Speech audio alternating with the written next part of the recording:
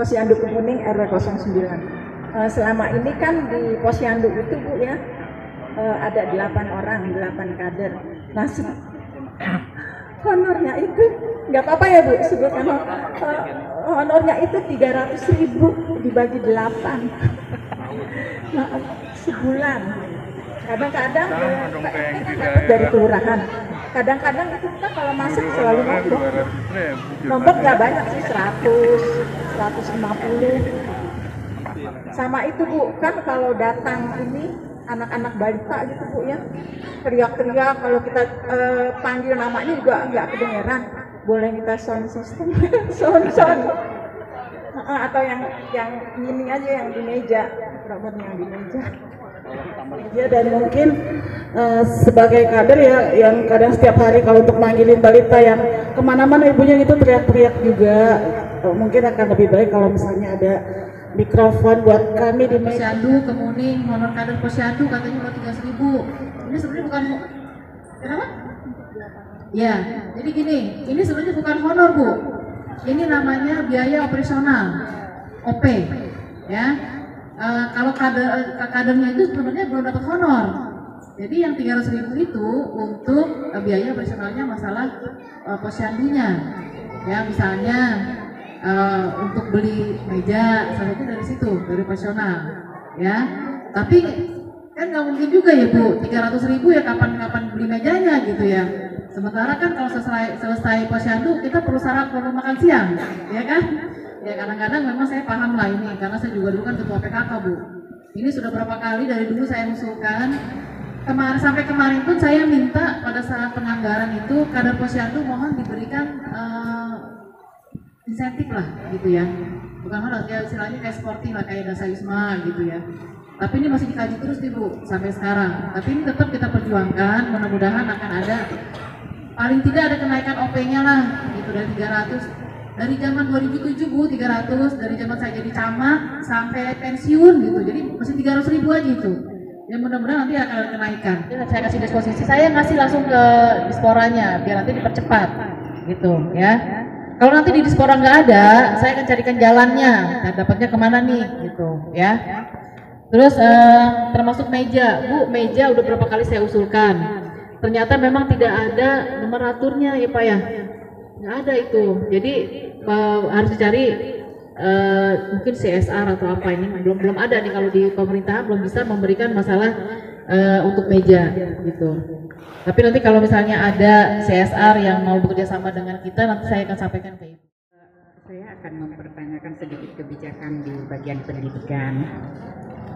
Jadi sebenarnya kalau kami melihat untuk support pendidikan di DKI ini udah bagus ya Ibu ya, ada KJP. Nah mungkin yang Mila mau tanyakan di sini, bahwa yang akan mendapatkan KJP itu memang sudah ada aturannya ya Ibu ya, siapa aja yang masuk kategori untuk KJP tersebut. Namun di sini mungkin perlu dipertimbangkan Ibu, beberapa tahun terakhir ini banyak banget yang orang tua yang kehilangan pekerjaannya itu Ibu. Namun karena memang si orang tua tersebut itu mungkin salah satunya di itu ada aturan tidak mempunyai kendaraan dan lain-lain ya Bu ya. Tapi si orang tua tersebut itu memang sudah punya, tapi dalam kehidupan sehari-hari atau pendidikan itu karena mereka dua-duanya jobless, dua ayahnya dan ibunya, otomatis akan mengalami kesulitan seperti itu. Nah mungkin di sini bisa direview lagi kebijakan-kebijakan khusus bahwa untuk yang orang tua jobless itu perlu diperhatikan juga seperti itu. Wabillahi taufiq wal hidayah. Wassalamualaikum warahmatullahi wabarakatuh. Masjid Al-Muhajirin. Di sini saya ingin mengusulkan di situ tuh tidak ada saluran air ya Pak untuk ke bawah. Itu terlalu kecil, jadi adanya itu di sebelah kanan perbatasan dengan blok B2 RT 2. Di situ saluran airnya terlalu kecil dan banyak menumpuk sampah sehingga bisa menimbulkan bibit nyamuk DBD gitu. Jadi mulai dari masjid ke sini tidak ada saluran kecil. tidak bisa menampung. Jadi kalau ada hujan ataupun itu bisa ngembang di rumah saya atau di jalan. Nama saya Haji Zainal Abidin, warga RT 005 RW 9.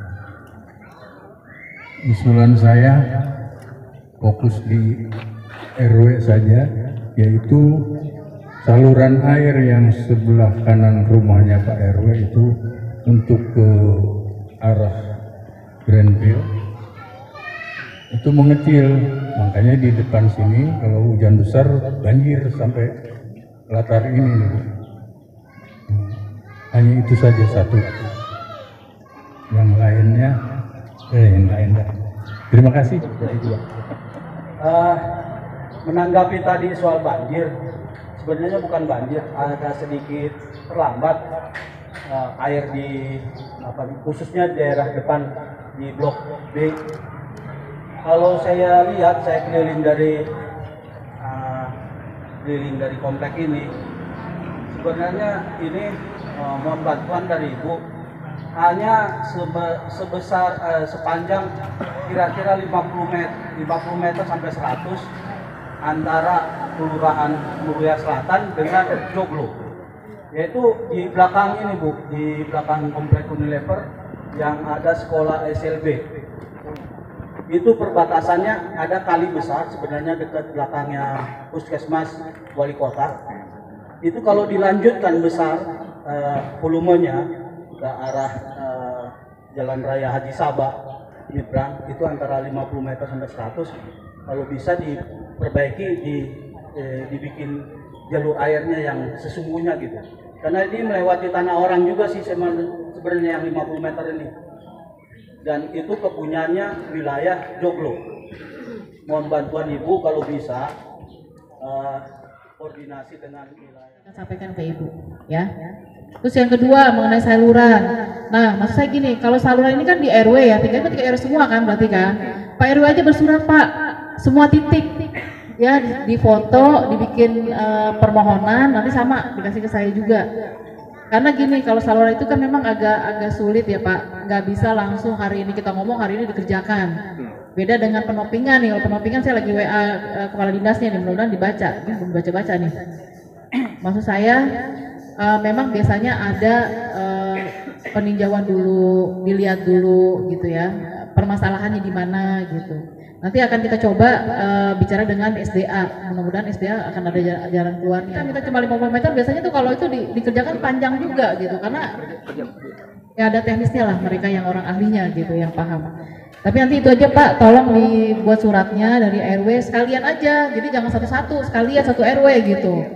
Ya, karena kan sama menyambung di saluran air kan nggak mungkin RW apa misalnya RT 1 ditutup selesai, tapi kan nggak mungkin, ini kan muter-muter tuh pas itu air kan. Nah, jadi nanti Pak RW aja bersurat apa yang menjadi permasalahan masalah saluran di RW 09. Itu wilayah Tangerang sampai ke Lake City. Itu di daerah Lake City ada dam. Jadi kalau di situ kalau lagi hujan besar, itu drainase yang dibikin perumahan wali kota akan naik. Karena di sana di hulunya, di hulu apa ini namanya? Di ujungnya itu ke arah Lake City, itu karena diatur airnya, jadi terlambat airnya ke arah wali kota. Kalau wali kota sudah agak tergenang, sampai akhirnya ke komplek Unilever ini. Itulah lanjutannya. Kalau bisa koordinasi bagaimana caranya airnya itu entah dibikin apa ya namanya, embung apa, karena memang susah. Kalau kita pernah dengar ributnya orang wali kota ke situ, itu masyarakat daerah Tangerang yang daerah Lake City itu nggak mau dibebankan dengan banjir di daerah itu. Setidaknya harus ada embung. Itulah masukan dari saya. Mungkin bisa Ibu menanggapinya, bantuan komplek Unilever lah. Khususnya yang saluran ini dulu, yang 50 meter nih, antara yang belakang wali kota, Puskesmas Wali Kota, itu 50 meter ke Jalan Raya Haji Sabah. Tangerang ini pusat Pak, jadi ini agak lama ini. Kemarin kita usulkan juga ya, sudah pernah kita usulkan, masih belum tembus nih Pak.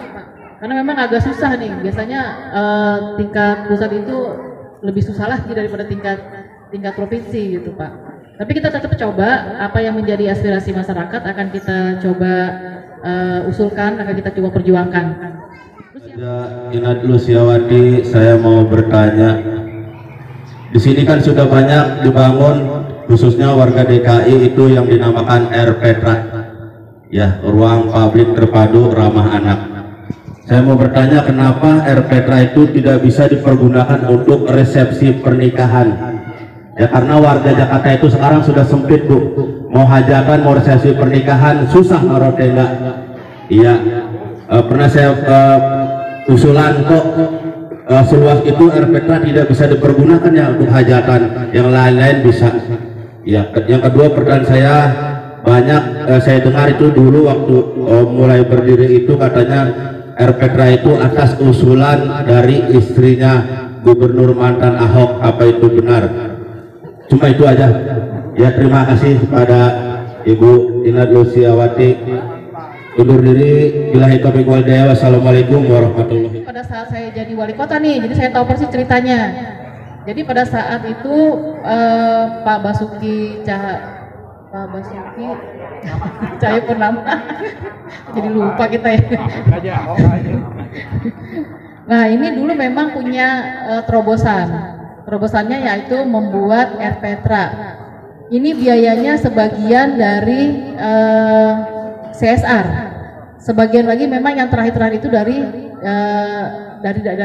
anggarannya provinsi. Nah, setahu saya dulu salah satu kenapa dibuatnya RPTRA yaitu untuk mempermudah masyarakatnya apabila ada acara-acara. Tapi saya nggak tahu nih kenapa sekarang nggak boleh. Nanti saya akan coba dengan PPAPP Pak, saya telepon kepala dinasnya, mudah-mudahan permasalahannya apa.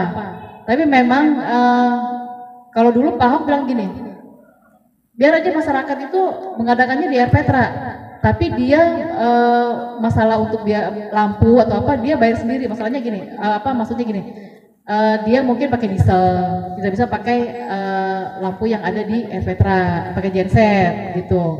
Nah, jadi terus biaya kebersihannya juga mungkin ada, itu mungkin dikelola. Saya nggak ngerti nih kenapa sekarang nggak boleh. Tapi nanti saya akan coba bicarakan.